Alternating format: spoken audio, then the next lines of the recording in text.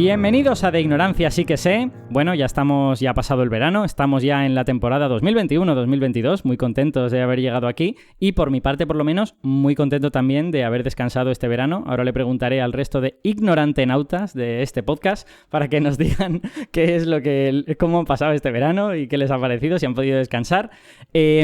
Ahora, para empezar la temporada, os traemos un tema de actualidad, que tiene que ver con la educación, pero también tiene que ver con lo que hemos podido leer en los diarios este verano, y os cuento más o menos de qué va el asunto, aunque luego lo desarrollaremos mucho mejor. Si habéis estado pendientes de los diarios y de todas estas cosas durante el verano, cosa que a lo mejor no deberíais, igual deberíais haber descansado y no haber leído ningún tipo de cosa de actualidad, pues habréis visto que durante el verano ha habido una filtración de la nueva ley de la educación primaria. Y en esa ley pues se incluyen toda una serie de novedades que han desatado pues declaraciones, contradeclaraciones, gente que le parece bien, gente que le parece mal, pero hay una de esas novedades, o un par, digamos, que nos incumben a nosotros porque tienen que ver con la educación de las ciencias y en concreto con la educación de las matemáticas. Y ese par de novedades es que se habla en los titulares de los periódicos de educar en matemáticas con un enfoque socioemocional y también con un enfoque de género. Y eso ha generado, pues ya sabéis cómo es el mundo público, por lo menos en España, y sospecho que en otros países también, ha generado pues todo tipo de reacciones, algunas más extremas que otras. Así que lo que vamos a hacer hoy es tratar de hablar de qué creemos que quiere hacer esa ley, porque recordemos que lo único que tenemos es una filtración de un borrador. O sea, no sabemos realmente lo que va a ser la ley al final, pero vamos a tratar de desgranar si ese tipo de titulares y esas frases que hemos visto en los medios de comunicación tienen sentido o forman parte de una cosa muy rara que a un político se le ha pasado por la cabeza. Y bueno, para hablar de esto, pues vamos a tener a una invitada que me complace mucho tener por primera vez, que es Anabel Forte. Anabel es profesora titular del Departamento de Estadística e Investigación Operativa en la Facultad de Ciencias Matemáticas de la Universidad de Valencia. Y también es divulgadora de la estadística. Si seguís el mundo del Internet científico, pues seguro que la conocéis bajo el seudónimo Valles Ana. Y también la podéis leer en su blog, que por cierto es muy recomendable, habla mucho de estadística y de matemáticas, anabelforte.com. Anabel, muy buenas, bienvenida, muchas gracias. Muchísimas gracias a vosotros por invitarme. Yo también debería no haber leído los periódicos este verano. Me hubiera venido mucho mejor. No, tú deberías no haberlos leído y no haber escrito en ellos, que es diferente, porque hubiera estado bien.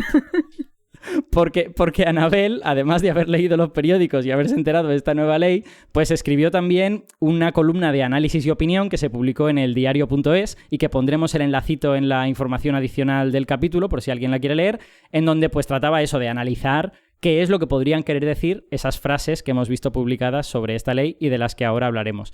Y el artículo que ha escrito Anabel pues le ha supuesto mucha gente diciéndole cosas en Twitter, casi todos con mucha tranquilidad y prácticamente nadie saliendo fuera del margen y tal, ¿verdad, Anabel? Todo el mundo súper bien. Todo sosiego, total. Lo típico de Twitter, Twitter, vamos. Bueno, y además de Anabel, que es nuestra invitada de hoy, pues tenemos a los ignorantenautas de siempre. Esta palabra está cuajando, está empezando a cuajar, que son, como siempre, Javier Vargas, físico, profesor de física en el IES Playa de San Juan de Alicante. Hola, Javi, ¿qué tal? Hola, ¿qué tal? Ya con ganas de vuelta. La verdad es que está siendo un verano con muchas cosas para comentar, ¿eh? Porque empezó con esta filtración de la que vamos a hablar, pero luego esto enlazó con la regla de 3 y ha sido un verano que ha dado para mucho. Sí, y de todo eso vamos a tener que hablar en algún momento. No sé yo si haremos todos los capítulos de actualidad seguidos, pero lo terminaremos tratando en un momento o en otro. Y bueno, además de Javi, pues también tenemos, como siempre, a Víctor Marco, es profesor de matemáticas en secundaria en el IES El Grado de Valencia y también puede que sea algo más que no se puede contar todavía, así que bueno, eso lo vamos a mantener en un misterio misterioso. Solo diré que yo no he descansado este verano. Y aún no sé si me he cansado para bien o para mal o ha sido completamente infructuoso. Pobre Víctor. Así que ya veremos. Bueno. Sí, así que a mí me ha costado estar al tanto de estas noticias. He tenido que buscar rápidamente para informarme para el programa, pero sí, he visto la polémica, he visto los debates que en torno de Ana, todo muy políticamente correcto. Sosegado, todo, sí. Muy elegante, sí. elegante. A ver, yo tengo que reconoceros que yo llegué a este verano muy, muy cansado y me enteré de esta polémica como 6 o 7 días después porque no he abierto las redes sociales ni nada y cuando me enteré dije, madre mía, ya está Twitter otra vez liándola. Y ahora sí que me he informado para poder hacer el programa con vosotros, claro. Y además, Alberto, porque tampoco es nada nuevo, quiero decir, hace tiempo que los currículums sacan desde hace años cosas como educar en valores y cosas así. Lo que pasa es que en cada década hay una palabra que pone nerviosa a la gente y ya está. Sí. Bueno, no nos precipitemos y vamos a ir hablando poco a poco de lo que es esto. Todo este revuelo, ya lo hemos dicho, emerge de una filtración, de un borrador, de una ley de educación primaria, ¿vale? Así que hay que poner todo esto entre comillas porque la mayor parte de cosas que sabe la opinión pública viene de lo que se ha publicado en los periódicos, de lo que dice ese borrador, ¿no? Esa filtración tuvo lugar sobre todo a los diarios El Mundo y La Razón. Podremos también los enlaces en la información adicional para dar crédito a la gente que tuvo la información inicialmente. Y, bueno, en ese borrador se recogen algunas ideas que no son demasiado concretas, en mi opinión, sobre cómo enfocar la enseñanza de las matemáticas, recordemos, en primaria. Así que, para empezar, Anabel, cuéntanos un poco qué sabemos de ese borrador exactamente, qué es lo que ha salido a la luz. Bien, en principio, esto es un borrador que se envía a las comunidades autónomas sin hacerlo público y era un poco pues para que las comunidades autónomas aportaran, debatieran y comentaran el borrador. Pero desde alguna comunidad autónoma se filtra la información al Mundo y a La Razón y uno de los problemas que tiene el artículo es que además es un artículo donde lo único que mucha gente habrá leído será el titular porque es un artículo de pago, es decir, de manera digital no se podía acceder y no se podía acceder al borrador. Sí que es verdad... Déjame, Anabel, que precise, el artículo del Mundo, de hecho, es de pago, el de La Razón no, el de La Razón sí se puede leer online. Cierto. Y luego ha habido, digamos, follow-ups en prácticamente todos los medios, ¿no? O sea que si no quieres leer ninguno de esos diarios y abres otro, pues también podrás leer algo de información sobre esto. Sí, efectivamente. Lo que pasa es que en el primer momento, cuando todo sale solamente un titular, en realidad. O sea, lo que llamó la atención y lo que movió las redes fue el titular del Mundo. Y a partir de ahí lo que sí que es cierto es que también se filtra el borrador, o a los poquitos días se empieza a filtrar el borrador a grupos de profesores. De hecho, yo tengo un resumen del borrador porque nos lo hizo llegar a través de Twitter un profesor que se llama Enrique Guerrero, Quique Guerrerot en Twitter. Y él hizo un resumen bastante apañado y bastante completo de lo que era el currículum en sí. Pero ya digo que en principio este currículum es simplemente un borrador que no tenía por qué haber llegado a nadie. Porque es solamente lo que se está pensando. Y que, como ha dicho Víctor antes, igual tampoco contiene ideas muy, muy novedosas. Lo que pasa es que llamó la atención pues esas dos palabras que son pues el enfoque socioemocional y la perspectiva de género. Y eso es lo que, bueno, cuando pones la palabra género, por algún motivo, pues como que se abren las puertas del infierno y empieza a mover todo tipo de sentimientos, digamos. Y eso fue lo que pasó. Sí, a mí me llama la atención que, digamos, nosotros como opinión pública hablamos de una serie de temas. Hay una serie de temas que tenemos como en el primer plano. Y este del género está... No sé si en primer plano, pero en uno de los primeros planos. Si el borrador hubiera dicho que hay que introducir notación algebraica para enseñar matemáticas, yo estoy convencido de que nadie habría dicho nada al respecto, ¿no? O sea, bueno, esto en concreto es una tontería porque notación algebraica tenemos desde el principio, pero que hay que quitarla o algo por el estilo. Seguro que casi nadie habría tenido opinión sobre ello, ¿no? No, sí. Alberto, perdona, a ver. No, di, Víctor. No, pero que has puesto un ejemplo que me ha encantado porque si hubiera notación algebraica en primaria, sería un escándalo. Y nadie se le diría... ¿Por qué? Porque no se dan esos cursos. Pero notación algebraica no es simplemente utilizar letritas, ¿no? Si pones una X... Claro, pero la notación algebraica empieza a darse sobre todo ya en la secundaria fuerte. De hecho, he estado revisando el currículum y aunque pone un apartado sobre álgebra, se refiere conceptualmente, pero no a escribir monomios y polinomios. Entonces, me ha gustado tu ejemplo porque seguramente si lo pusiera, como nadie tiene ni idea, nadie se escandalizaría. Y a mí me parecería muy grave un nivel de abstracción tan alto para niños de 6 años, ¿sabes? Eso sí que sería... Es más, ya ves aquí el nivel de conocimiento que tiene el director de este programa, que yo pues no tenía muy claro si en primaria había ecuaciones o no había ecuaciones. Yo creía que sí. Pues nada, pues no hay ecuaciones en primaria. No, de hecho sí que trabajan el concepto de ecuación, empiezan a trabajarlo Y es muy bonito porque lo trabajan con cosas como balanzas y cosas así para igualar las dos partes de una igualdad, pero de cosas de manera muy manipulativa, no hay realmente. Pero es lo que acabamos de decir, es que no tendría, o sea, la gente no se echaría las manos a la cabeza porque no sabría casi ni de qué estamos hablando. Exacto, ¿no? exacto.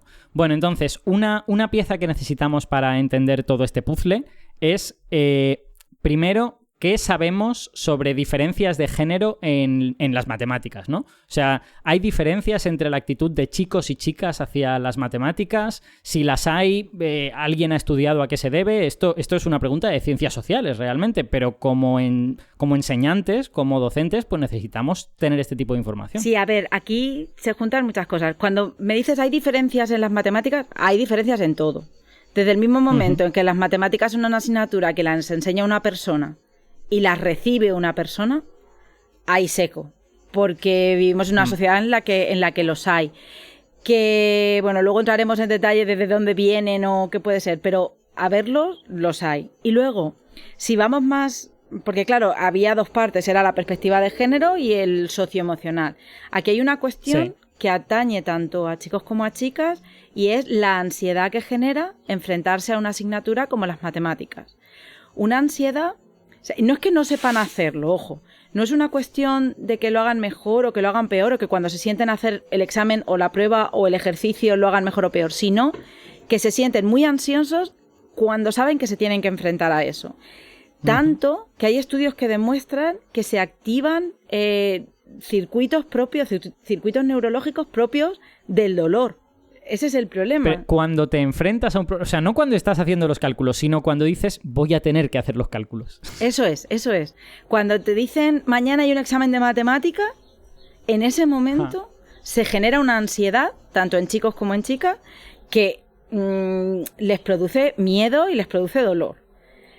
No dolor físico, pero sí se activan los mismos circuitos. Realmente a nivel neurológico se activan los mismos circuitos. Eso hay varios estudios, que si queréis podemos poner también los enlaces, porque los tenemos por ahí, donde se estudia eso. Pero es que además se da una cosa, y es que hay un estudio que se publicó en la revista Science, donde se ve que las niñas, ya a partir de los 6 años, se autoperciben, es decir, ellas mismas se consideran menos brillantes, y ojo, la palabra es importante, menos brillantes que sus compañeros chicos, ¿vale? Entonces, claro, si tú tienes una ansiedad y encima consideras que aquello que es más difícil te va a costar siempre más hacerlo porque tú no eres brillante, pues entonces en ellas se multiplica, digamos, se eleva la ansiedad que sufren a la hora de enfrentarse a ese tipo de pruebas. Y ya digo que no tiene que ver con cómo lo hacen al final, sino con el hecho de enfrentarse a la prueba en sí. A mí me ha resultado revelador descubrir eso, ¿no? Porque yo realmente no sabía de la existencia de esta ansiedad matemática, que se le llama así en la literatura, ¿no? Y que está definida como ansiedad hacia las matemáticas. Y vamos, no sé si hay definida una ansiedad hacia la historia o hacia la morfosintaxis, pero aparentemente no. Entonces, que las matemáticas en concreto generen esto, me ha resultado, no sé, como mínimo sorprendente. Sí, ¿no? Lo que pasa es que yo creo que tiene mucho que ver, y no sé de dónde vendrá, porque la verdad, bueno, puede tener que ver con cómo se han enseñado las matemáticas, a lo mejor, y esto Víctor y Javi seguro que tienen más que decir, cómo se han enseñado en algunos momentos de la historia. Pero sí que yo creo que se ha acabado generando una autodefensión aprendida, ¿no? Creo que se llama, que es un concepto psicológico que se aplica a muchas otras cosas. Y te dicen tantas veces que no vales para las matemáticas, que eso es muy difícil, que eso tal, que al final se va incorporando a la memoria. Y esto Clara Grima lo dice mucho, que además entra dentro de la cultura pop, ¿no? El decir, a mí se me daban mal las matemáticas. Tú hablas con alguien en la radio y lo primero que te dicen es, no, es que a mí se me daban mal las matemáticas, ojalá hubiera tenido una profesora como tú. Tampoco es eso. No, o sea, se trata de simplemente que hemos ido aprendiendo como que es algo malo y es una moda, y tampoco es... Sí, a mí esto iba a decir algo muy parecido a lo que acaba de comentar Ana, y es que me recuerda también mucho a la típica frase que se usa a veces de no, yo es que soy de letras, como para justificar que no se me dan bien las matemáticas, que es posible que tenga que ver con eso. Si una persona sufre ansiedad cuando tiene que enfrentarse a los problemas y no es capaz de gestionarla o no la trabaja, poco a poco eso se va reforzando con los años y llega un momento que le coge tal aprensión que quiere librarse de ellas de cualquier manera. Y nos encontramos alumnos que cuando llegan a secundario o a bachillerato eligen los itinerarios no pensando en lo que les gustaría hacer, sino pensando en de qué manera consigo librarme de esta asignatura. Y la mayoría de las veces esta asignatura son las matemáticas. Víctor, tú como profe de mates te has encontrado, o sea, ¿has tenido la sensación de que había gente que tenía ansiedad a la hora de enfrentarse a tu asignatura? Y lo de cambiar de itinerario, muchas veces también, que haya dado Anabel en el clavo en un tema que a mí me parece muy serio, que es depende de quién te las da, y parece ser que habría que hacer un estudio, sería muy interesante, de si es cierto que a matemáticas van los peores profesores. Porque yo creo que también hay malos profesores en lengua o en historia, y la gente no suele decir lo mismo. Pero también creo que al ser una entre comillas, una asignatura bastante herramienta, en la que se da en todo tipo de ingenierías, física y tal, es cierto que te encuentras que dentro de los profesores no solo son matemáticos, los hay de otras disciplinas, por ejemplo yo. Y creo que hay un gran porcentaje de profesores, y esto lo estoy diciendo basado en mi experiencia, habría que hacer un estudio, de gente que ser docente de matemáticas no estaba en sus planes. Ajá. Luego creo que eso no significa que vayan a ser malos, pero ya no era su vocación, no es lo primero que querían, ¿no? La gente, una persona que estudia ingeniería, entiendo que no estudia ingeniería con la intención de ser profesor de matemáticas. Y no digo que no haya ingenieros no clases de matemáticas buenísimos, que los hay. Pero es cierto que la mayor parte de profesores suelen no ser profesores de matemáticas. Y quiero pensar que hay, y no estoy atacándoles, ni creo que es un tema que se debería trabajar desde un principio, antes de plantearte si quieres ser profesor. Si estás ahí porque no has podido conseguir, digamos, triunfar como investigador matemático, que entiendo que debe ser complicadísimo, supongo que luego trabajar en otro tipo de empresas es más fácil, que tampoco a lo mejor debe ser mucho más divertido que dar clase. Y creo que eso retroalimenta negativamente al alumnado. Eso, bajo mi experiencia, que simplemente es la mía y es una opinión. Además, porque esto que está comentando Víctor es muy cierto, ahí vienen, a lo mejor no era su primera opción, pero luego es que tenemos también lo que son profesorado de primaria, que profesorado de primaria han huido de las matemáticas muchas veces. Cuando van a estudiar magisterio, posiblemente no hayan estudiado matemáticas en el bachillerato, no lo sé, ¿no? Puede que haya de todo.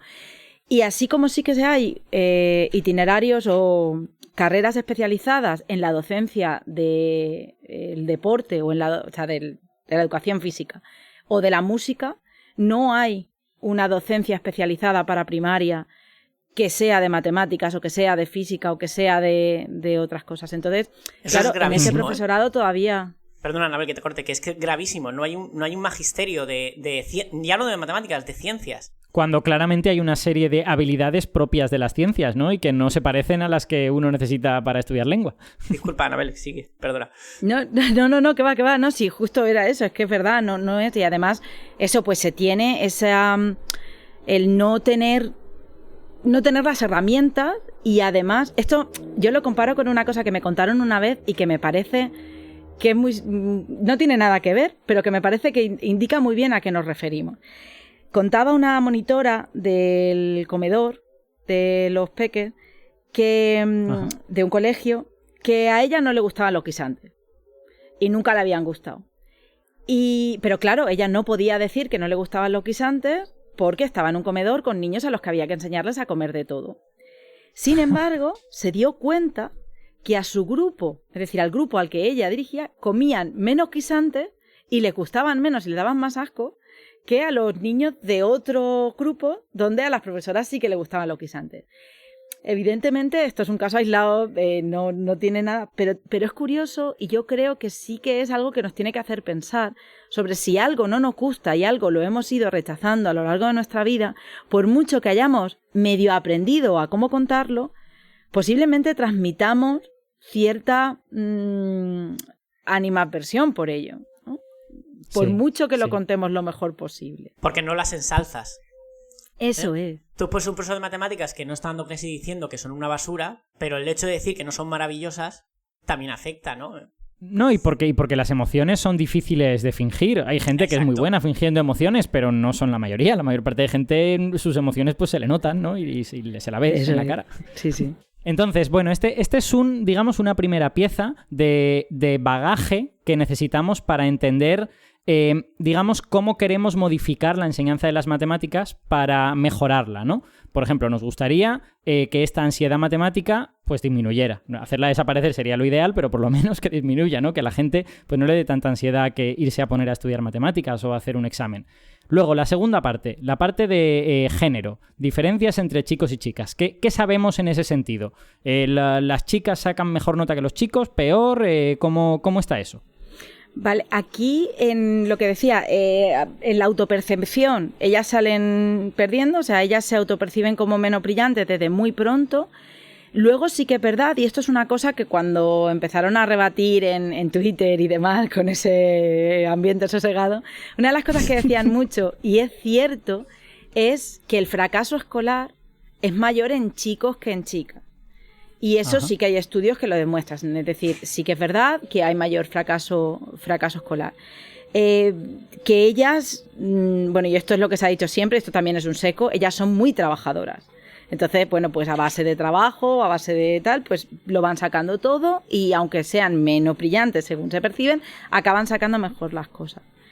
Pero el problema de todo esto es que a la hora de cuando vas a tener que elegir una carrera o cuando vas a tener que ir más allá, cuando te hablan de libertad de elección, que es a lo que muchas veces acabamos yendo, o sea, no, pues son libres de elegir y además ellas estudian más porque son...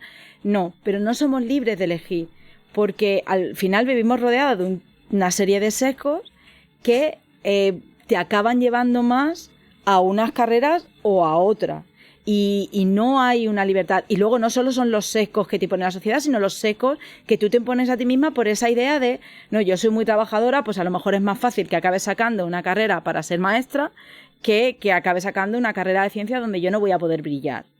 Ese es un poco el doble juego. A mí me ha parecido muy interesante un artículo al que he llegado gracias a la agencia Sync, gracias a un artículo muy interesante en la agencia Sync, en el que, bueno, se hace un estudio de unos cuantos centenares de estudiantes. Los estudios de sociología a menudo tienen incluso menos de centenares de estudiantes. Uno de centenares ya es un estudio, la verdad es que bastante bueno en ese sentido. Y en ese estudio se llega a unas conclusiones súper interesantes. La primera conclusión es que chicos y chicas sacaban más o menos la misma nota media en matemáticas, pero también veían otra cosa, que es que las chicas tenían mucha más ansiedad matemática que los chicos, o al menos significativamente más que los chicos, y se observaba que había una correlación entre tener esa ansiedad y sacar peor nota. Entonces, es muy interesante, el artículo no puede demostrar eso, pero estos resultados sugieren que si fuésemos capaces de eliminar esa ansiedad, al menos en parte, a lo mejor las chicas tendrían mejor nota que los chicos en matemáticas, lo cual no es ni bueno ni malo, pero simplemente nos viene a decir que esa ansiedad está ahí y tiene un efecto sobre el rendimiento académico de los estudiantes, ¿no? Claro, efectivamente, y tú piensas, o sea, justo lo que acabas de decir, si tú añades esa ansiedad al hecho de que te generan ansiedad, acabas sacando peores notas y encima tu entorno te dice que mejor vete a biología, ¿no? Que no es ni bueno ni malo tampoco, pero al final, claro, ¿qué haces? Pues te vas a biología y ya está. No, y luego eso tiene consecuencias adicionales. O sea, quiero decir, a mí es que este asunto de las matemáticas nunca se me dieron bien, yo es que en realidad era un poco de letras y tal, siempre me ha dado un poco de rabia, no tanto por la actitud en sí misma, que te puede dar más o menos rabia, sino porque tiene consecuencias. Y en biología, por ejemplo, eso tiene consecuencias. Gente se ha ido a biología huyendo de las matemáticas y la biología es una disciplina a la que le está costando incorporar las matemáticas porque hay una parte de su comunidad que no se siente a gusto, que no es que diga las matemáticas no sirven para nada, ningún biólogo diría eso, porque son científicos y no son tontos, pero no se sienten a gusto usando las matemáticas y digamos que está costando un poquito más incorporar herramientas matemáticas sofisticadas en biología. Ahora ya está muy adelantado, claro, toda la gente de genética usa estadística avanzadísima y tal, pero ha costado más tiempo que en otras ramas. Efectivamente. También no sabría deciros de dónde fue el estudio, pero también leí alguna vez que si ponemos en perspectiva y comparamos número de alumnos matriculados, por ejemplo, en la carrera de matemáticas, cuántos son hombres, cuántos son mujeres, y lo comparamos a medida que vamos subiendo escalafones, cuántos hacen el doctorado, cuántos consiguen plaza como profesor asociado en la universidad, cuántos llegan a catedrático, se puede ver cómo según vamos subiendo, la proporción de mujeres es cada vez menor. Y en parte uno podría achacarlo a que quizás todavía tienen que pasar unos años para que esos altos porcentajes o esos porcentajes un poco más igualados que tenemos en edades más bajas tengan que ir subiendo en edad. Pero creo que el estudio lo mantuvo un poquito más a largo plazo y se dieron cuenta de que era más probable que una mujer se descolgase de la carrera investigadora en matemáticas que un hombre. Llevamos alrededor de 20 años con el mismo porcentaje de mujeres en las universidades. Es decir, no se está notando el cambio. Y en matemáticas, y eso que has dicho es totalmente cierto, ha habido momentos de la historia en la que incluso éramos más mujeres que hombres. Cuando yo entré a estudiar prácticamente el porcentaje era el mismo, pero se dio un cambio en la visión social de las matemáticas. Hasta ese momento, hasta el 2005 más o menos, las matemáticas básicamente te llevaban a ser profesor o profesora de matemáticas. Había poco más, eso o investigador, y a investigador pues iban habitualmente los chicos y luego casi todas las chicas de las promociones iban a profesorado. Sin embargo, hubo un momento en el que empezaron, yo recuerdo además porque fueron los años en los que yo estudié, y recuerdo un titular del País, donde decía que los matemáticos, que las matemáticas eran la profesión del futuro, que era el perfil profesional más buscado. Y te decían, además venían a dar charlas a la facultad y te decían, queremos una persona recién salida de matemáticas porque sabemos que a vosotros y a vosotras os podemos formar para ser lo que nosotros queramos que seáis, ¿no? Porque como que te daba muchísima versatilidad a la hora de trabajar en el mundo de la empresa. Y eso ha ido increciendo en los últimos años, a la vez que se ha ido inflando con el cambio a grado y demás, pues la nota de corte, y a partir de ese momento hay un cambio radical en los porcentajes, y ahora en este momento, pues si antes había un 60 de mujeres, un 40 de hombres, pues ahora estamos justo al revés, y parece que sigue creciendo la diferencia. Entonces, eso también tiene mucho que ver, la perspectiva, porque hablábamos de estudiar, de qué carrera estudiar, y cuando yo digo esto, normalmente tengo en mente las ingenierías, ¿vale? Porque, bueno, las matemáticas también son muy necesarias, pero lo que es la carrera de matemáticas, de ciencias puras, digamos, de las matemáticas de siempre, a nuestra carrera no le ha faltado mujeres. Mientras no han sido una carrera de éxito, de salir a la empresa y demás. Ahora que lo está empezando a ser, pues le está pasando como a otras como ingeniería informática, por ejemplo, ¿no? Que también tuvo ese cambio radical. Tengo una pregunta para ti, Anabel, porque además esto me lo he encontrado en discusiones que he tenido con gente que conozco, ¿no? Hay gente que me ha dicho, bien, de acuerdo, esas diferencias entre chicos y chicas existen, pero ¿deberíamos considerarlas un problema, sí o no? Porque hay gente, y no digo gente de Twitter enfadada que va gritando por ahí, sino pues compañeros míos físicos y que me dicen, bueno, si eso es lo que ocurre de manera natural en el cerebro femenino, si es que la mente femenina prefiere ciertas carreras y no otras, a lo mejor no deberíamos estar preocupados, ¿no? ¿Qué opinas tú respecto a esto, tú que has tocado más este tema? Pues en el fondo es que hasta que no... Vamos a ver, yo estaría de acuerdo en esa libertad de elección y en la parte más biologicista, ¿no? De las diferencias, de que hay un algo biológico que nos diferencia, porque evidentemente hay cosas que nos diferencian, desde el momento en que nosotras podemos tener hijos y vosotros podéis tener hijos, pero a través de nosotras ya hay una diferencia, ¿no? Y eso requiere de muchas otras cosas, lleva muchas otras cosas, pero yo no estoy dispuesta a aceptar eso hasta que no seamos capaces de separar biología de sociedad. ¿Y cómo vamos a hacer eso? ¿Cómo vas a separar biología de sociedad? Si a mí me planteas un mundo en el que cuando yo le ponga la tele a mis hijos no tenga que estar a su lado explicándoles que ese anuncio es absolutamente sexista y que la niña está jugando con cocinitas, pero también podría haber un niño, y que el niño está construyendo con canicas y jugando a hacer ejercicios de física, y también podría haber una niña ahí, mientras yo tenga que hacer eso, yo no puedo separar biología de sociedad y de cultura. No puedo. Y como no puedo hacerlo, yo no puedo decir cuál es la causa. Yo lo que voy a hacer, y es lo que en esto intento que se vea, lo que pasa que a veces no se entiende, no se quiere entender, lo que tenemos que hacer es trabajar por eliminar esos sesgos que son meramente culturales. Si después de eliminar todos esos sesgos siguiera la cosa igual, si llegamos a eliminarlos, que lo veo muy difícil, entonces yo no tendría problema, me parece bien. Si yo no quiero forzar a que nadie estudie nada, yo quiero enseñar qué se hace, porque además luego hay otro tema. Cuando alegamos a esto de que ellas hacen o eligen determinadas carreras, también hay que ver qué se ve de esas carreras y qué se ve de las otras carreras. Porque, bueno, seguro que si os digo... ¿Quieres decir qué se ve en el mundo exterior, digamos? En el mundo exterior, exactamente, qué entendemos por esas carreras, porque si os pregunto por un abogado o una abogada, en una serie de televisión o en una película, seguro que tenéis ejemplos y sabéis lo que hacen. Sí. Bueno, también seguramente tendremos una impresión sesgada, ¿no? Porque nos imaginaremos a los abogados como gente audaz, que habla en público y defiende cosas no sé qué, y no gente que hace un montón de papeleo, que probablemente sea un porcentaje muy relevante de su trabajo. Sí, pero fíjate, hay series de abogados que defienden a los malos, series de abogados como... ¿cómo se llamaba? Llama Paul en castellano. Better Call Saul. Better Call Saul, ese. Sí. Él defendía a lo peor de lo peor, ¿no? Y tal. Luego había cosas como Ali McBeal, donde había bufetes de abogados, donde había conflicto. Pero luego hay algunas, como la película esta de Sandra Bullock, donde defiende una causa muy noble y sale, o la primera abogada que consiguió políticas de género en las leyes estadounidenses y demás. Es decir, hay de muchos tipos y tenemos una visión bastante sesgada seguramente, pero bastante amplia de lo que es la abogacía.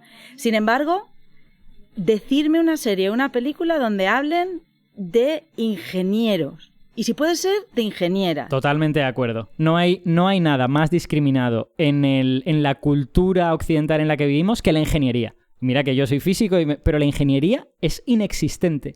En las películas, cualquier máquina funciona a la primera. Hacer las máquinas es súper fácil. Lo difícil es tener las ideas. Y vamos, eso nada más lejos de la realidad, ¿no? Los ingenieros son una parte muy importante del proceso y, de hecho, una parte muy larga. Hombre, me acaba de venir a la cabeza Big Bang Theory, donde sí que hay un ingeniero, hay un ingeniero, pero siempre se están riendo de él. Sí. ¿Sí? No se habla de lo que hace. Y casualmente las chicas, es cierto que de las 3, 2 estudian, pero biología, biomedicina y cosas así, ¿no? Y la otra es una actriz que trabaja en una de camarera, que consigue mejorar un poco para ser vendedora de productos farmacéuticos. Pero son ellos los intelectuales, ¿no? Los que hacen grandes teorías y cosas. Sí, para luego, por supuesto, acabar todos casados teniendo hijos, que es importante esa visión de la serie. Eso es otra, que cuando aparecen matemáticos y físicos, o matemáticas y físicas, el porcentaje de personajes que son brillantes o que son genios, o sea, no te encuentras a personajes que digas, me puedo sentir identificado con esta persona. O sea, este está fuera de mi alcance, no voy a llegar nunca a ese nivel. Una visión poco realista, ¿no? de las carreras de ciencias en ese sentido. Y poco social también, porque, y ahí es donde iba el siguiente punto, vale, normalmente no sabemos qué hacen y además son estereotipados y nos reímos de ellos, etcétera, etcétera. Pero es que hay una parte de las matemáticas, de la física, de la ingeniería, que es muy social y es muy de cuidados también. Por ejemplo, pues hay gente que está trabajando para diseñar prótesis que puedan imprimirse en 3D para niños, para que cuando vayan creciendo el cambio de la prótesis no suponga un problema pues de precios o de tal, ¿no? O incluso prótesis que puedan ir creciendo con los niños. Eso es ingeniería, pero es una ingeniería muy cercana a si realmente fuese eso que decimos de que las mujeres están más enfocadas a los cuidados y realmente acabase siendo una cosa biológica, ¿vale? Que ya digo que yo lo dudo, pero bueno, si acabase siendo así, bueno, pues por lo menos es que las ingenierías también tienen esa parte. Y las matemáticas también tienen esa parte. Y también se puede trabajar en una empresa haciendo matemáticas y ayudando al bienestar social de los demás. No solo te tienes que ir a ciencias sociales o te tienes que ir a psicología para poder hacer eso, o a biología o a medicina. Pues sí. Víctor, ¿querías decir alguna cosa? Sí, es que ha vuelto ahora el tema de lo natural y lo biológico, ¿no? Porque vivimos en una sociedad que parece ser que lo natural... Lo natural y lo cultural, lo natural y lo cultural. Sí, perdón, quiero decir que... O sea, lo biológico o lo cultural, vamos a usar palabras más neutras. Vale, digamos, lo que quiero decir es que se cae siempre en la falacia naturalista de que algo es natural y es mejor. Y sí, vamos a suponer, venga, que es cierto que biológicamente hay alguna diferencia. También biológicamente estamos diseñados para criar a los 13, 14 años y ya no lo hacemos porque nuestra sociedad ha avanzado para ganar en calidad de vida, para que puedas dedicarte al ocio y tener hijos pues, cuando estés asentado. Entonces, si hemos cambiado socialmente para mejorar cosas para las personas, pues aunque hubiera una diferencia, pues la sociedad se adapta para que a pesar de esa diferencia podamos disfrutar de que una niña pueda elegir matemáticas porque quiere. O sea, algo natural no es defendible de... Bueno, como es natural lo toleramos y es cierto, porque las enfermedades son naturales y luchamos contra ellas. Les ponemos... Sí. De hecho, igual es una comparación que es muy burda, ¿no? Pero sería como coger y decir que, ¿no? Si una persona ha tenido un infarto y no ha sido provocado por fumar mucho o por cosas por el estilo, muera. ¿Por qué vamos a salvarlo si es algo natural? Claro. No, yo aquí voy a hacer un poquito de abogado del diablo en ese sentido. Sí, o sea, yo estoy con Anabel en que la actitud correcta como científicos, diría yo, y como personas, pero es que las personas deberían incorporar esta parte del pensamiento científico. La actitud correcta es: no sabemos de dónde vienen estos sesgos, no sabemos si son de origen biológico, no sabemos si son de origen cultural, y no deberíamos tomar decisiones muy drásticas hasta que no lo tengamos más claro. Pues mientras no lo tengamos claro, tomaremos las decisiones que podremos, pero hay que intentar averiguarlo. Pero si se demostrara que todos estos sesgos son de origen biológico, yo sí podría defender que, oye, porque vas a estar ahí haciendo una especie de trabajo para corregir algo que a lo mejor pues va a provocar que la gente se sienta más incómoda. Si resulta que está programado en nuestros genes que el 75% de las chicas quieren hacer biología en lugar de matemáticas, pues a lo mejor les hemos de dejar hacer biología y que disfruten y ya está, ¿no? Pero yo, como Anabel, sospecho intensamente que el factor biológico ahí no debe de ser muy grande, porque me cuesta pensar qué cosa había en la sabana africana que nos hiciera preferir las ciencias biológicas a las ciencias matemáticas. Exacto. Y luego esos estudios, de aunque tengan 100 estudiantes, habrá que ver cómo se han cogido, en qué zona. Es que los estudios sociales, tú lo has comentado muchas veces, Alberto, son muy complicados, Poder sacar una conclusión de que en 100 estudiantes parece ser que las mujeres están predispuestas a elegir ciencias biológicas, pues no sé. Bueno, pero pueden estar predispuestas, pero ¿qué es lo que les hace estar predispuestas? Es lo que es muy difícil de es que, saber, claro, ¿qué ¿no? significa? Dices, es que es biológico ya, pero el bebé en cuanto nace ya está aprendiendo. No sé yo cómo puedes con un estudio distinguir qué es biológico y qué es aprendido desde que empieza a respirar. Mira, en eso había un estudio muy curioso que decía, le daban a unos padres, a una pareja, les hacían jugar durante un ratito con un bebé. Y el bebé estaba vestido, pues lo típico, de rosa o de niña o de azul, y le decían que era un niño, ¿no? Independientemente del sexo real del bebé, ¿vale? Les decían eso.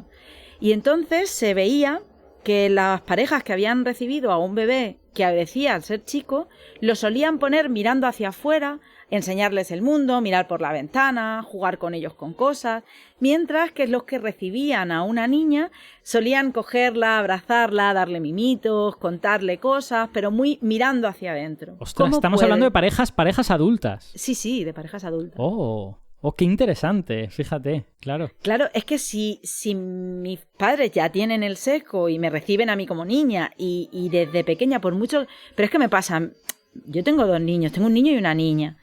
Y yo lo veo, nosotros nunca, de hecho, cuando el niño era más pequeño, su hermana y yo a veces jugábamos a pintarnos las uñas y él se unía a nosotras y se pintaba las uñas. Por algún motivo, algún día, alguien le dijo algo que lo descolocó y le hizo pensar que pintarse las uñas era cosa solo de niña. Y fue algo que vino de fuera. Incluso, a partir de ahí, su padre empezó a pintarse las uñas a veces simplemente por demostrarle que no era una cuestión que podía pintarse las uñas si quería, que si a él le gustaba, no había ningún problema. Y hay muchas de esas pequeñas cosas que están ahí. Él lleva el pelo largo y no quiere hacerse una coleta. Le gusta el pelo largo porque le gusta, pero no quiere hacerse una coleta porque para él hacerse una coleta es de niña. Y eso en casa no lo ha visto. Yo, ahora que ya tengo una edad en la que mis amigos empiezan a tener todos niños pequeños, estoy harto de ver, y esto no es un sesgo mío, es que podría hacer un estudio de cómo a las niñas el comentario que les dicen cuando las ven es qué guapa estás, y al niño es qué listo eres. ¿En serio? Qué fuerte. Ya está, sí, y yo le he hecho comentarios a los padres, oye, no le digáis eso a la niña, porque al final, no, pero ¿qué más da, no? Está guapa, ya bueno, pues puede ser guapa y lista, joder, es que es muy llamativo, nunca he visto... A ver, a los niños también le hizo lo de guapo, pero escucho más veces lo de qué lista. Y pero recuerdo... fíjate, Dime. qué guapo eres. Te las vas a llevar a todas de calle. Correcto, encima tiene otra connotación. Que tiene eso tiene muchos sesgos, muchos. Entonces, que intentemos hablar de separación de lo biológico y lo cultural. Aunque parezca otro tema, no sé si Alberto recordará un debate que tuvimos una vez sobre si la música occidental era natural o no. Y se hacían estudios y desde el momento que ya los bebés escuchan música occidental en la cuna, ya se les está formando el oído. Pues esto es lo mismo, es que están aprendiendo. El cerebro es una esponja y que está trabajando y creando su base axiomática de cómo responder ante la sociedad. Y ya está. Sí. Yo creo que la pregunta que nos hemos de hacer, o sea, realmente todavía no hemos entrado en el tema, ya veis, estamos con las bases sobre las que ahora vamos a construir. Se nos acumulan las segundas partes de los programas. No, pero yo de verdad creía que en el caso de este programa la primera parte tenía que ser más grande, porque si no conoces el material con el que vas a trabajar, ¿cómo te vas a poner a discutir de qué hay que hacer con ese material? ¿No? Necesitas saber cómo son las personas, ¿no? Y yo creo que aquí lo fundamental es eso, tener un poquito de humildad científica, de decir simplemente no sabemos cómo son las cosas y pensar que quizá sin darnos cuenta, y no porque seamos malas personas como sociedad ni nada, pero porque simplemente hacemos lo que nos sale de dentro, pues estamos transmitiendo a las chicas el mensaje de vuestras carreras son estas y a los chicos el mensaje de vuestras carreras son estas. Y a lo mejor, no quiero decir que eso esté mal, pero a lo mejor simplemente si eliminásemos ese mensaje, pues tendríamos un mundo en el que la gente elegiría más lo que le daría la gana, y eso también está bien, ¿no? Y no siempre carreras, que estamos aquí hablando del mundo académico, ¿sabes? Vamos a hablar de FP de fontanería, a ver cuántas mujeres hay. Por ejemplo. Ese es otro tema muy importante, porque otra de las cosas que te dicen mucho es, claro, pero las chicas no se van a la mina. Bueno, pero escucha, hay muchos problemas con eso también, porque bueno, tengo un familiar que trabaja en una empresa de las que se dedican a hacer los rellenos de las aspas de los molinos de viento, ¿vale? Y es un trabajo que necesita mucha fuerza física. Y él lo dice. Él muchas veces tiene que echan para atrás en la empresa a mujeres porque no les dan, físicamente no parece que vayan a tener el perfil. O cuando directamente van a la empresa de contratación, cuando les piden a alguien con unas determinadas características físicas. Pues narices, así tampoco puedes meter a mujeres en el equipo. No puedes, porque no estás abriendo. A lo mejor resulta que tiene una fuerza que tú no te esperas, con un cuerpo que no lo sé. O sea, es que aquí también hay una parte de características físicas que tampoco podemos obviar, ¿no? No, y en este caso entramos en otro tipo tipo de discusiones, como por ejemplo en cuánto esfuerzo está dispuesto a realizar una empresa de selección de personal para averiguar si alguien es fuerte o no, ¿no? Igual pues prefieren tirar de una hoja de estadísticas y decir estadísticamente los hombres son más fuertes, pues no voy a traer aquí una máquina para hacer esa prueba, ¿no? O sea, quiero decir, todo es complicado y en el mundo, en la sociedad humana, pues más complicado todavía porque lo complicamos nosotros. Bueno, y entonces, yendo ya un poquito más al grano de todo esto, ahora que ya sabemos un poco con qué material trabajamos, cómo es el material sociológico y psicológico con el que estamos, la pregunta es, ¿podemos hacer cosas en las aulas para moderar esta situación? Yo me centraría en esos dos aspectos. Primero, en tratar de mitigar la ansiedad matemática y segundo, tratar de ofrecer la idea de que las carreras no tienen un género. Las carreras son simplemente pues, lo que a ti te guste estudiar y lo que a ti te guste aprender. ¿Qué podemos hacer en las aulas para eso? Vale, yo cuento mi visión, pero yo creo que aquí Javi y Víctor que me corrijan y me interrumpan cuando quieran, porque ellos son los que viven el día a día y son los que lo ven. Yo veo cuando voy a dar charlas a los institutos o cuando veo las clases de mis hijos, pero no lo controlo del todo. Entonces, una de las cosas que yo creo que es importante, y aquí hace falta voluntad además del gobierno y presupuesto y demás, es que el profesor o la profesora tengan la capacidad de conocer bien al alumnado que tiene. Eso es lo primero. Tú tienes que saber, igual que estábamos diciendo, saber con qué material estamos trabajando, ¿no? Pues aquí es lo mismo, ¿no? ¿Qué material tenemos en el aula? Primero, no solo en cuanto a género, sino en cuanto a qué les gusta, en cuanto a los problemas familiares que puedan tener o que puedan arrastrar o de dónde vienen. Conocer un poquito cuál es la situación. ¿Para qué? Para después intentar conectar con lo que les gusta y con las aficiones que tienen. A veces es mucho más fácil, si tú sabes que en el aula hay un gusto común por los insectos, pues a veces es mucho más fácil que tú plantees los ejercicios desde ahí. Desde, pues vamos a trabajar con no sé qué insecto, y el insecto tiene 4 alas, y, ¿sabes? O sea, fomentarlo desde algo que les motive a todos. Yo creo que eso es fundamental. Y luego, claro, yo leía el currículum un poco y muchas de las cosas que ponen, que a mí me parecen súper importantes, es... Dices el currículum de este borrador, ¿no? Sí, el borrador. Lo que decía que había dicho Enrique Guerrero, que lo ha como simplificado, ¿no? Para que se pudiera leer fácil. Pues, por ejemplo, cosas que se pueden hacer es intentar que los problemas que resuelvan sean problemas de la vida cotidiana, que cuanto más cercanos les sean, pues más les van a llegar y más ganas van a tener de resolverlo, ¿no?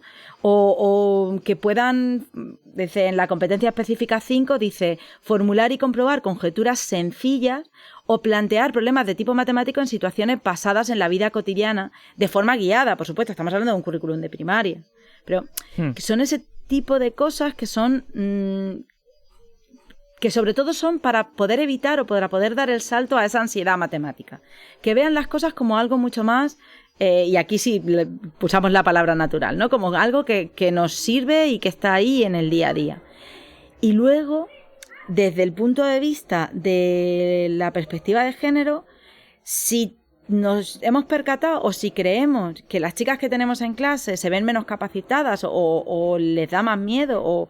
Bueno, pues lo que podemos hacer es trabajos en grupo donde haya roles, y además esto lo pone específicamente en la competencia 2, que dice desarrollar destrezas sociales reconociendo y respetando las emociones y experiencias de los demás, participando activamente en equipos de trabajo heterogéneos con roles asignados para construir una identidad positiva como estudiante de matemáticas, fomentar el bienestar personal y crear relaciones saludables. Y la clave para mí aquí está en los roles asignados. Si habitualmente una chica, por considerarse menos brillante, no tomaría en un grupo heterogéneo el papel de portavoz, pues vamos a forzar a que el papel de portavoz vaya girando, vaya cambiando. De manera que unas veces serán chicos y otras veces serán chicas. Y fomentamos ese papel en todos ellos. Claro, todo esto no sé lo difícil que era hacerlo en el aula, por eso yo quiero que aquí hablen Víctor y Javi, que son los que saben realmente cómo se afronta, pero me parece fundamental. Debe de depender mucho, como tú dices, del grupo concreto en el que estás. Pues es posible que haya grupos en donde la gente esté más abierta a que tú le digas este papel debe rotar, y otros grupos en donde los niños y las niñas se cierran un poco en plan de yo no quiero hacer esto, ¿no? O sea que tiene que depender mucho de lo que tú dices, de la materia prima, ¿no? Pero Víctor, ¿qué opinas al respecto? Sí, que hay, son muchos parámetros, muchos problemas añadidos. Uno es, por ejemplo, las ratios. Como dice Anabel, si quieres atender a esa individualidad de cada alumno, pues si tienes 30 y tantos, es complicado conocerlos a todos. No sabría decir de cuál es el número ideal, ¿vale? Eso habría que estudiarlo bien. Luego está el tema de la preparación del profesorado. Creo que para poder trabajar a ese nivel emocional, hablamos de la ansiedad. ¿Sabes cuántos profesores tienen ansiedad cada vez que van a las oposiciones de matemáticas?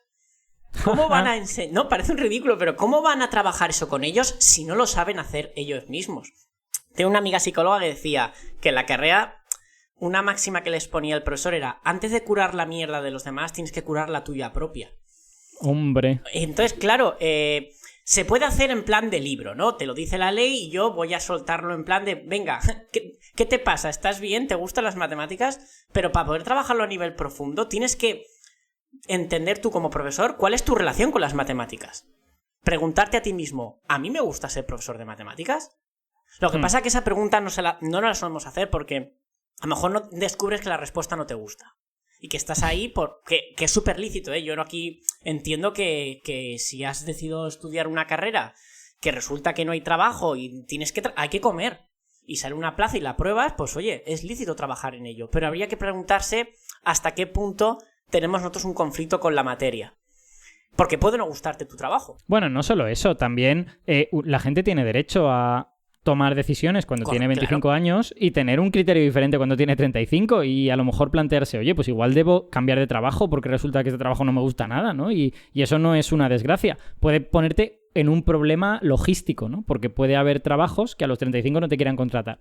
Pero no es una desgracia personal, es simplemente pues algo que has cambiado de criterio y quieres ir a otro trabajo y ya está. Que quizá no te encante no significa que tengas que hacerlo bien, evidentemente. Tú tienes una responsabilidad y dices, mira, no me encanta ser profesor o profesora de matemáticas, pero voy a hacer lo mejor que pueda. Sí. Luego también hay una cosa, y es que hay contenidos que los puedes impartir, incluso los puedes impartir bien independientemente de tu... digamos, de cómo te enfrentas tú emocionalmente a las matemáticas o a cualquier materia.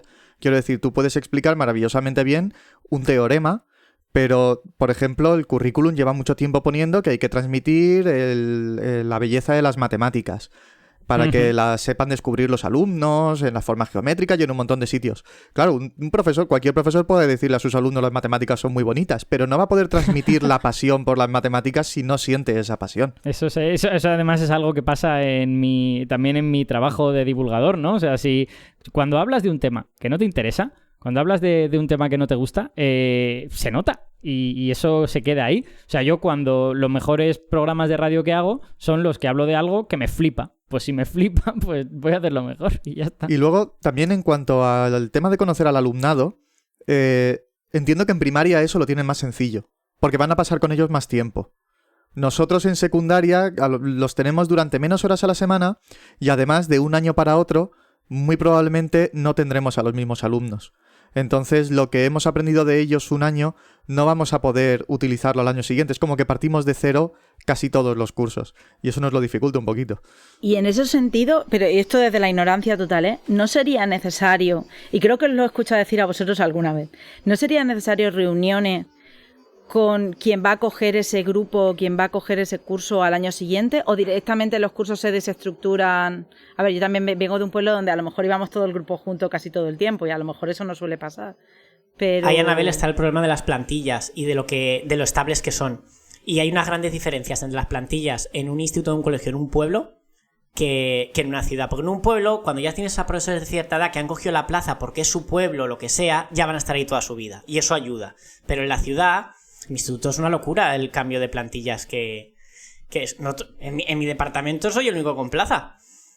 El resto son interinos que van cambiando y hemos conseguido que algunos consigan repetir. Porque encima en la Comunidad Valenciana, a diferencia de otras comunidades, tú no puedes pedir que repita un profesor que te ha gustado. Para evitar enchufismos, que lo entiendo porque se ha abusado de eso. Pero bueno, no se puede un equilibrio, no se puede elegir a este profesor porque... todo el claustro, todo el equipo directivo firma de necesitamos a esta persona. Que a veces, claro, se ha hecho tan mal y se ha jugado tan mal que al final en la consellería dicen, pues mira, se acabó. No habéis sabido jugar limpiamente, pues estas son las nuevas normas. Que lo entiendo perfectamente. Yeah. Sí, es lo de siempre. Cuando la sociedad no colabora, es muy difícil que las leyes sean flexibles. Las leyes solo pueden ser flexibles cuando la sociedad colabora. Cuando la sociedad no colabora, las leyes se van volviendo más inflexibles y van perdiendo utilidad, porque las leyes inflexibles tienden a poder aplicarse en ámbitos muy limitados. Luego, reuniones entre primaria y secundaria las hay, pero son muy escasas. Yo en este año he hecho una. Y es cierto que este año era más difícil porque era telemático, pero bueno, la cantidad no debería verse afectada por eso, porque lo hicimos online. En cambio hay institutos que son un poco más experimentales, que son los llamados integrados, que está el colegio y secundaria unido. Y ahí pues hay más diálogo entre ellos y parece ser que les funciona mejor. A mí hay una cosa que me llama la atención, de que llevamos aquí no sé cuánto rato hablando, y hay una cosa de estas que hemos leído en los periódicos, de que la gente se quejaba, de que este tipo de darle un enfoque socioemocional a las matemáticas, darle un enfoque de género a las matemáticas, que iba como a convertir las matemáticas en una María, en una cosa sin contenidos, iba a hacer las matemáticas algo que no tiene interés, que es muy cookie, pero que no sirve para nada y tal. Y yo tengo la sensación de que llevamos un rato hablando aquí y no hemos comentado nada de todo eso. Hemos comentado, pues hombre, pues que roten los roles. Hemos comentado, no lo hemos dicho, pero a lo mejor si hay que poner un ejemplo de científico, de matemático, pues está bien coger también mujeres matemáticas, que las hay, ¿vale? Además de hombres matemáticos. Y además, Alberto, perdona, eso es, en mi opinión, es muy necesario, porque claro, las matemáticas y la física que se estudian en los institutos son matemáticas y física, entre comillas, antigua. De una época en la que era muy difícil que hubiese mujeres trabajando en ciencia. Y si te pones a mirar nombres asociados a teoremas o a leyes, son todos nombres de hombres. Entonces es importante también que saquemos a relucir mujeres más actuales que a lo mejor no tienen tanta relación con lo que ellos están estudiando, pero que necesitan conocer también esos nombres para que tengan otros modelos a seguir. Sí, es que ahí, cuando hablamos de referentes, ese tipo de referentes es fundamental, los referentes de proximidad. Nosotros en la Escuela Técnica Superior de Ingeniería de la Universidad de Valencia tenemos el proyecto Girl for STEM, que lo que busca precisamente es eso, es llevar a los colegios de primaria y a los institutos referentes de mujeres ingenieras, matemáticas, físicas, de STEM en general, de ciencia y tecnología, que trabajen en su día a día con esto, que no sean, o sea, no es necesario que sea una Marie Curie, es que claro, siempre te dicen, no, Marie Curie la conocemos todos, claro, sí, Marie Curie tenía 2 Nobel, y yo no espero tener bueno, yo porque soy matemática además seguro que no, pero no espero tener un Nobel nunca, y claro, no es justo que los únicos referentes, deben tener referentes históricos, porque además lo tuvieron muy difícil para llegar, y si llegaron, hay que contárselo. Pero además tienen que tener referentes del día a día, referentes muy, muy cercanos. Eso es importante. Yo a lo que quería ir con todo esto es que realmente las cosas que por lo menos que estamos diciendo hoy aquí no son ninguna disruptiva para la enseñanza de las matemáticas, son pequeños detalles que introducimos y que pueden ayudar a, pues no diré resolver, porque eso es muy difícil, pero sí mitigar estos sesgos. También es verdad que no sabemos qué es lo que la ley será al final, porque estamos hablando de una filtración de un borrador y todo esto, pero que se pueden implementar este tipo de medidas que no son en absoluto disruptivas con las matemáticas, que sigues enseñando matemáticas igual de bien y que hacen que sea pues un poquitín menos desbalanceada la enseñanza. Javi. Sí, no es solo que se puedan implementar, es que aunque lo diga o no lo diga la ley de forma tan específica, si el profesor tiene un poco de interés, ya está implementado. Nosotros cuando llegue el 11 de febrero tenemos una semana dedicada a la mujer y la niña en ciencia. Y la ley no nos dice que tenemos que hacerlo, pero nos interesa que se trabaje eso. Entonces, son cosas que, vale, ahora aparecerán en la ley de forma más explícita, pero que ya se podían estar haciendo y que en muchos sitios ya se estaban haciendo antes, siempre y cuando hubiese interés por parte del profesorado. Vale, ahora tengo yo una pregunta para vosotros valorativa. Bueno, de hecho tengo un par de preguntas valorativas. Hasta ahora todo ha sido un poco exposición y creer que se puede hacer y tal. Pero yo tengo una pregunta para vosotros sobre estas leyes y también sobre el debate público alrededor de estas leyes.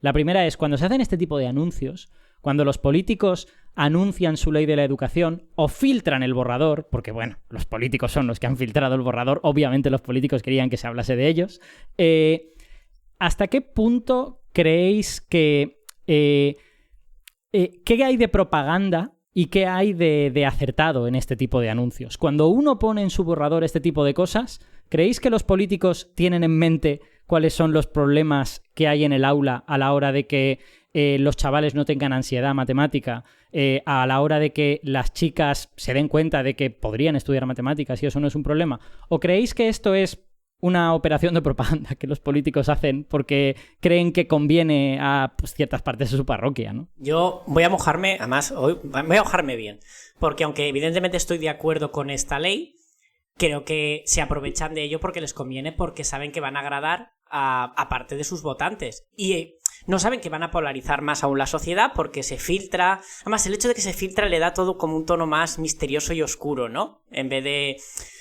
Y me parece muy bien que saquen esto basándose en evidencias científicas, lo cual yo aplaudo y me encanta, pero también hay otras evidencias científicas que podrían sacar y promover con leyes con las que no se mojan, porque con eso no van a ganar ningún votante. Por ejemplo, cambio climático, problema energético, energía nuclear. Hay muchas evidencias de que la energía nuclear junto a las renovables es las que nos va a salvar. ¿Por qué no hay una ley ya sobre eso? Sin importar nuestra opinión, de ignorantes. Ahí el político debería mojarse y decir: lo siento chicos, la ciencia dice que la energía nuclear nos va a salvar, así que la pongo a pesar de que me odiéis. Eso no se hace. Me da rabia porque para este caso en educación me parece bien, me encanta que se basen en estudios, porque todos los estudios que ha mencionado Anabel, entiendo que el que ha legislado esto se habrá apoyado en ellos. Se ha molestado en ver que la ciencia está demostrando que hay sesgos de género. Genial. Vale. Pero hagámoslo con todo para demostrar que no queremos solo hacer política. Cuando digo hacer política me refiero a hacer política barata, es decir, hacer política de vamos a mejorar el mundo. Porque ahí nos demostrarían que lo hacen de verdad por la sociedad. No sé si estoy completamente equivocado o qué. Bueno, yo obviamente os he hecho esta pregunta porque soy un poco escéptico, ¿no? No soy el presidente del club de fans de la política española en particular, ¿no? Y creo que en general en nuestra vida política se hacen muchas cosas con intereses detrás. Pero también creo que, aunque haya intereses, las medidas pueden ser acertadas. Entonces, a lo mejor la respuesta a las dos preguntas es sí. O sea, igual esto es un poco propagandístico, pero a la vez también es un poco acertado. No sé qué opinas, Anabel, tú que has pensado más sobre esto. Va a ver, para mí, la forma en la que ha salido y la forma en la que se ha sucedido todo el anuncio, digamos, es muy propagandístico. No sé si de un lado o del otro, yo creo que de ambos. O sea, creo que al final ha sido una cuestión que permitía polarizar a la sociedad más de lo que ya estaba, porque pones la palabra género en un gobierno que parece que está intentando hacer cosas. Para mi gusto, algunas muy bien, otras sin ningún tipo de base, pero bueno, que está intentando hacer cosas, y de repente filtras esto, que no se sabe quién lo ha filtrado, aparece en un periódico que va dirigido a lo mejor a un público que tiene otra visión de la sociedad. Pues a mí lo que me parece es que es una cuestión de polarizar. Y bueno, pues polarizar a la sociedad pues beneficia a unos y beneficia a otros. O sea, en el fondo se buscaba un beneficio. Yo creo que esto es una cosa en la que coinciden muchos profesores. El currículum no dice tampoco excesivamente nada nuevo. Y no hay, o sea, y los profesores que ya estaban implicados y las profesoras que ya estaban implicadas y que estaban haciendo cosas, ya las estaban haciendo.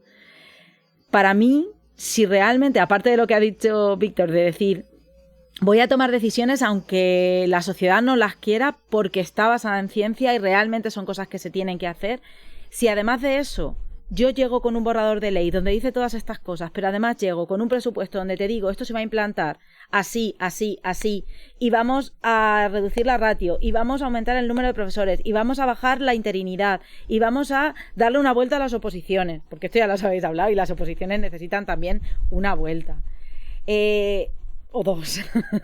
Pues si a mí me llegas con todo eso, la ley me la creo. Si a mí me llegas con un borrador de algo que ya se está haciendo, que muchas veces depende de la voluntad del profesorado, bueno, pues a mí me puede gustar, porque evidentemente me gustan las ideas. Yo me lo he leído y para mí es una cosa súper bonita.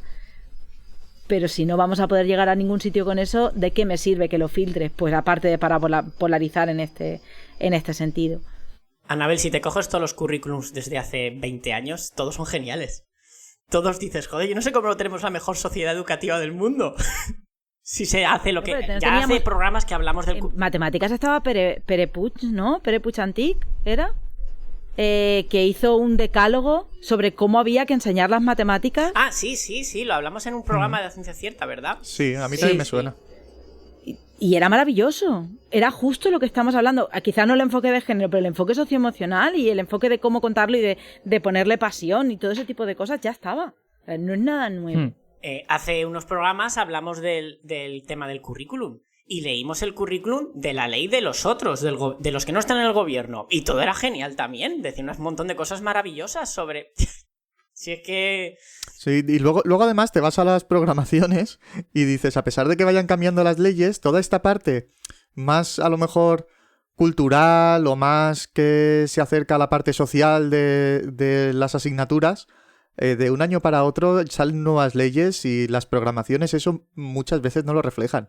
Yo he encontrado programaciones de institutos que a lo mejor han pasado 4 o 5 años desde que ha cambiado la ley educativa y siguen teniendo la misma programación que había con la ley anterior y nadie se ha quejado ni nadie se ha dado cuenta y siguen funcionando perfectamente bien. Aquí creo que hay una cosa que es fundamental y pasa con todas las leyes de educación y seguirá pasando mientras los gobiernos sean, en este sentido, cortoplacistas. Es decir, si yo busco el beneficio a corto plazo, porque busco el beneficio para que me voten y ya está, voy a cambiar la ley sistemáticamente cada vez que entre en el gobierno para tirar por tierra, aunque sea de manera aparente, porque es lo que estamos diciendo, porque a lo mejor no cambiaba tanto en el fundamento, en algunas cosas, pero la voy a cambiar porque me conviene, porque así pues la adapto a el perfil del votante que yo quiero. Y acabo haciendo eso. No busco, porque una ley de educación buena, y esto en determinados países se ha tomado una decisión radical, se ha puesto todo el mundo de acuerdo y se ha dicho a partir de aquí la docencia va a ser así, al profesorado, creo que son, no sé si eran los países nórdicos, o sea, no digo cuál exactamente porque no recuerdo, pero sí que se tomó una decisión radical y cambió toda la estructura de la docencia. Eso nosotros no lo hemos hecho, hemos ido poniendo parches aquí y allá, porque todo eso dará frutos a muy largo plazo, y a muy largo plazo no da votantes. Sí, yo creo un problema que tenemos, o sea, no sé si a vosotros os pasa, pero a mí cuando hablamos de las leyes educativas y de todas estas cosas, tengo la sensación de estar en el eterno retorno de Nietzsche. O sea, que lo que yo escuchaba cuando tenía 15 años es lo mismo de lo que se sigue hablando a día de hoy. Y eso en parte se debe a esto que ha dicho Anabel, a que la gente hace planes a corto plazo y por lo tanto ninguna de estas leyes son leyes que vengan con carne. Lo único que llevan es una coraza externa que dentro de ella hay poquitas cosas. Y en segundo lugar se debe a que debido a eso no se resuelven los problemas estructurales que hay. Entonces no se avanza y se está siempre como dando la vuelta a los mismos problemas. Entonces, hasta que no tengamos unos políticos que decidan ponerse de acuerdo y hacer las cosas seriamente, donde seriamente significa poner carne en la ley y no solo huesos, pues entonces no avanzaremos, estaremos en el eterno retorno, en lo que yo digo una y otra vez. Lo cual no quiere decir que estos borradores no puedan tener cosas interesantes. O sea, yo también, mi consejo para el público, que me lo pueden comprar o mandarme la porra, lo que quieran, es que se lean lo que estos borradores dicen, los haga un partido, los haga otro, los haga quien sea, y que vean si las ideas son buenas o malas. Porque a lo mejor la ley no está bien dotada, la ley tiene solo huesos, pero igual las ideas de esos huesos son correctas y lo que deberíamos hacer es escribirles a nuestros políticos y decirles, oiga, ponga usted el dinero, ponga usted los medios para que estos huesos se conviertan en carne. Yo es que, Alberto, estoy seguro que tal como hemos interpretado nosotros el currículum que ha dicho Anabel, en el momento que hablamos de que lo que te está diciendo o creemos que está diciendo es que, oye, no queremos que la gente se estrese, la gente, no estamos hablando, chicos, o sea, en general, ante un examen, ¿quién puede no estar de acuerdo con esto? ¿De izquierdas o de derechas? No, yo quiero que sufran. Es que no, claro. No. Si te pones a leer hay algunos comentarios así, Víctor. Algunos comentarios había. Bueno, sí te entiendo. Sí, pero lo que la gente comenta en Twitter no es necesariamente lo que realmente cree. Es lo que en ese momento quiere decir porque está enfadado, porque quiere pensar que te ha ganado el argumento. O porque ¿no? te están atacando, porque ha interpretado la ley por las palabras clave, se ha activado su versus de yo soy del otro color y ya está. Pero es que estoy seguro que en el fondo casi todos queremos lo mismo. ¿Quién no quiere que sus hijos no sufran estudiando y aprendan cosas aplicadas? Es que en el fondo estaríamos de acuerdo. Si tú te coges todas las leyes desde la LOCSE, que fue la primera que supuso un gran cambio más estructural, todas vienen a decir lo mismo. Todas. Lo que pasa es que los pequeños cambios que generan conflictos siempre son tema religión, tema género, tema concertada pública. O sea, estamos en desacuerdo en un porcentaje más pequeño, pero estamos tan polarizados que pesa más. Efectivamente. Pero lo que es el contenido de matemáticas apenas ha variado. Yo os quería hacer una última pregunta valorativa y ya con esto terminamos, que es la pregunta de ¿qué opináis sobre el debate público que estas cosas generan? Porque vale, por un lado está si este borrador tiene ideas correctas o no correctas y si esas ideas se convierten al final en realidad o no, que es la segunda parte, todavía no lo sabemos. Pero también está la parte de cómo reacciona la sociedad a estos. Imaginemos que el borrador fuera maravilloso, que en un análisis, digamos, desapasionado todos estuviéramos de acuerdo, pero sin embargo en el debate público estamos gritándonos los unos a los otros. Entonces, ¿creéis que cuando se debate esto, pues por parte de periodistas, políticos, Twitter, lo que sea, las ideas importantes están presentes o lo que está presente es más bien una lectura superficial de todo esto, porque yo tengo la sensación de que es lo segundo, claro. Yo también. Además, dudo que la mayor parte de la gente que participa en este debate se haya leído la filtración que ha habido del currículo. O sea, lo que han hecho es leerse algún titular, en el mejor de los casos la noticia, que ya puede venir sesgada de antemano y que se habrá hecho su opinión en base a eso y no tendrá de primera mano, no se habrá leído de primera mano lo que se está debatiendo realmente y lo que dice el currículo. Entonces, muchas de las cosas... Y además, claro, nos ha pillado a todos de vacaciones. Esto no se ha debatido en institutos, no se ha debatido en el Congreso, esto se está debatiendo en redes sociales, que es probablemente el peor sitio para debatir de cosas serias que pueda haber en el mundo.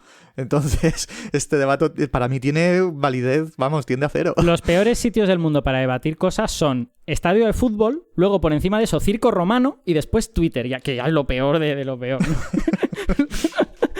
Anabel, tú que has vivido el peor que el circo romano, ¿qué opinas del debate público de esto? No, a ver, aquí hay una cosa que me dijo una vez hablando de este tema con Nieves González, con Nevesu. Me dijo, el problema que tiene la educación es que el lenguaje de la educación lo conoce todo el mundo. El lenguaje de las matemáticas seguramente no, pero el lenguaje de la educación lo conoce todo el mundo. Entonces todo el mundo se queda capacitado para debatir.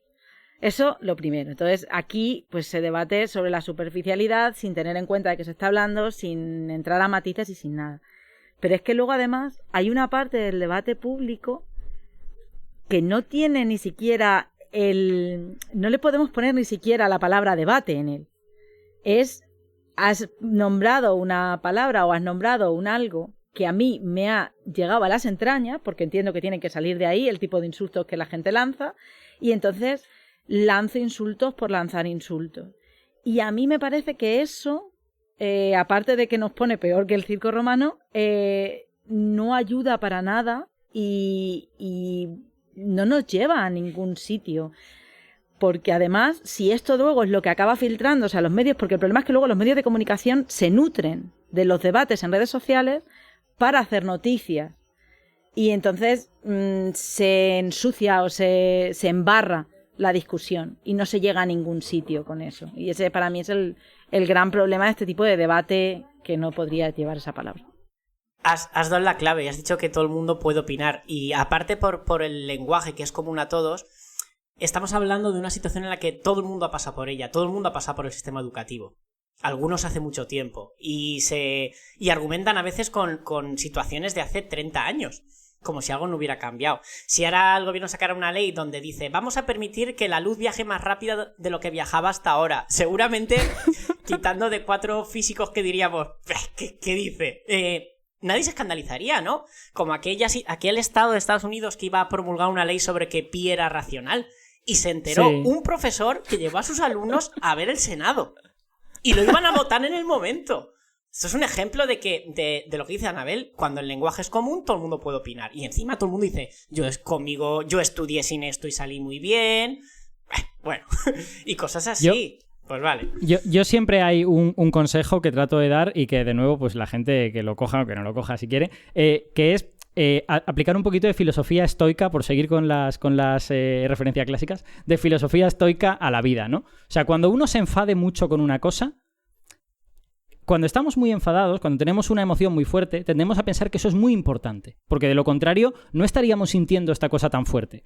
Y hay que moderar un poco ese pensamiento. A lo mejor no es tan importante. Igual te has enfadado mucho y dentro de 10 minutos te has dado cuenta de que no era para tanto. Entonces, pues conviene relativizar un poco nuestras emociones y balancear un poco pero esto tiene sentido, cuánta racionalidad hay en esto y cuánto hay de el instante en el que estoy enfadado. Porque en este instante estás enfadado, pero a lo mejor dentro de 5 minutos ya no lo estás. No digo que no sea importante estar enfadado, pues hombre, a nadie le gusta estar enfadado. Pero que no reaccionemos en base a esas pulsiones viscerales que decía Anabel, ¿no? Porque creo que no ayudan al resto de gente que hay en la sociedad y que tampoco nos hacen ningún favor a nosotros, más allá de en ese momento sentirnos muy bien porque hemos dado rienda suelta a algo que nos sale de las tripas. Y que curiosamente es una prueba de una falta de gestión emocional. Bueno, esa sería completamente otra caja de Pandora que habría que abrir. No, pero es verdad, es que al final es cierto que tenemos que aprender a gestionarnos. Yo el primero, que también soy muy emocional y visceral. Y por eso hace falta el enfoque socioemocional en las aulas. Si es que blanco y en botella. No solo, de hecho, yo hace mucho tiempo que vengo pensando que estoy infraformado a nivel psicológico. Si no queremos llamarle a nivel emocional, porque parece que esa palabra nos chirría, pues a nivel psicológico. O sea, a mí me han formado poco sobre qué es estar estresado, sobre qué es tener ansiedad, sobre otro tipo de cosas que me habría venido bien a lo largo de mi vida y he tenido que aprender pues de otras formas. Pero si me lo hubieran contado cuando era más joven, pues no lo habría tenido que aprender a los 30, ¿no? Yo creo que también hay un problema y es que lo que le habrá pasado a Anabel es que la gente ha pensado que cuando te van a enseñar a gestionar tu estrés, van a dejar de darte matemáticas. Yo hace poco tuve una discusión con esto con una persona. Es que lo que hace falta es educar así y tal, porque las matemáticas no valen para... No, es que no estamos quitando una cosa por la otra. Ni hay gente que ha entendido que es que las matemáticas se van a feminizar o algo así. Entonces, yo creo que el machismo que hay detrás de eso. Claro. El machismo que hay detrás de pensar que por meter perspectiva de género vamos a ablandar las matemáticas que comentaba antes. Que no tiene nada que ver, es que es lo que ha dicho Alberto antes. O sea, de lo que estamos hablando es de meter pinceladas, pero feminizar, o sea, no, es que no se trata de eso. Es que además son los lugares comunes, ¿no? Los lugares comunes como que... Yo no sé lo que significa feminizar las matemáticas. Personalmente, si me dijeras, define qué es feminizar yo no tendría ni idea de lo que es eso. Pero desde luego no llegaría a la conclusión de que es ablandarlas. Pensar que feminizar es ablandar es tener una idea de lo que las mujeres son que a mí por lo menos me resulta ajena. Seguramente a mucha gente, ¿no? Pero no creo que las mujeres sean blandas necesariamente, vamos. Pueden parir, ya resisten más. Bueno, si os parece, a no ser que tengáis algún comentario final, lo podemos ir dejando aquí. Yo creo que, bueno, hemos comentado muchas cosas, no hemos agotado el tema, como siempre, es imposible agotarlo en tan poco tiempo, pero creo que más o menos nuestros oyentes pueden tener algunos elementos de qué cosas nos podrían venir bien en las aulas para resolver problemas concretos que yo creo que están reflejados en este tipo de borradores, independientemente de a dónde lleguen al final este tipo de borradores. ¿Tenéis algún comentario final? Que huyamos del debate, bueno, que nos informemos un poco más de las cosas, como tú decías, y que discutamos desde la empatía, que para mí yo creo que es fundamental y que eso, el entender cómo se sienten los demás y que ese detalle puede ayudar a cómo se enseñan las matemáticas, creo que es fundamental. Pues muy bien. Muchas gracias, Anabel, por haberte prestado para hablar de estas cosas así en plan debate informal, de ignorancia sí que sé. Te volveremos a buscar para otras cosas, porque tú sabes mucho de estadística y de probabilidad y queremos hablar de eso. Ha venido engañada, pensaba que venía a hablar de probabilidad. Le hemos dado el cambiazo en el último momento. El cambiazo en el último momento. No, pero ha sido un placer, de verdad, me lo he pasado muy bien y ha sido un ratito muy corto, ¿eh? Bien, y nada, como siempre, muchas gracias, Víctor, muchas gracias, Javi. A vosotros, como siempre. Un placer. Y a todos los oyentes, pues muchas gracias por escucharnos y volveremos en el próximo capítulo, que ahora ya cada 2 semanas vamos saliendo hasta que volvamos a hacer algún parón, que no sé cuándo será, a lo mejor en Navidades o a lo mejor ni entonces, ya lo veremos. Muy buenas a todos, hasta luego.